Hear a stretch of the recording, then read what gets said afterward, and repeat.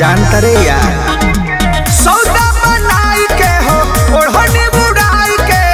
सखिया सले हर संग जाल मुस्काई के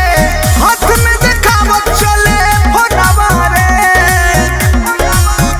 हां बथुआ के साग खोटे सोनवा रे हां बथुआ के साग खोटे सोनवा रे हां बथुआ के साग खोटे सोनवा रे।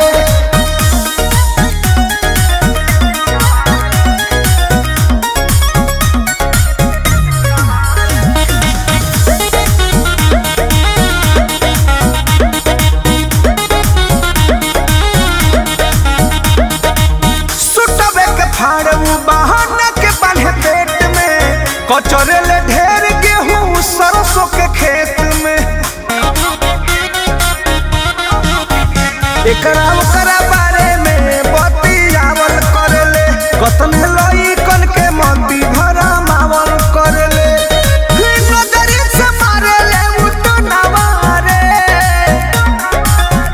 हां बथुआ के साग खोटे सोनवा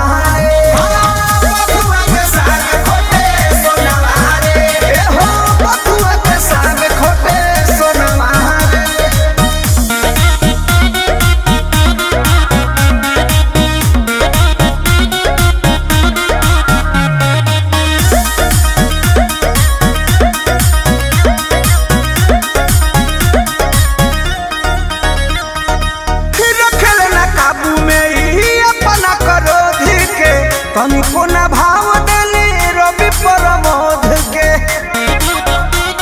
ए चौहानी दहिया ठट चले ले गरियावल करले केहू बोलेला तनिको तो झड़ियावल करले कन्हवा से मिले जाले कोनवा रे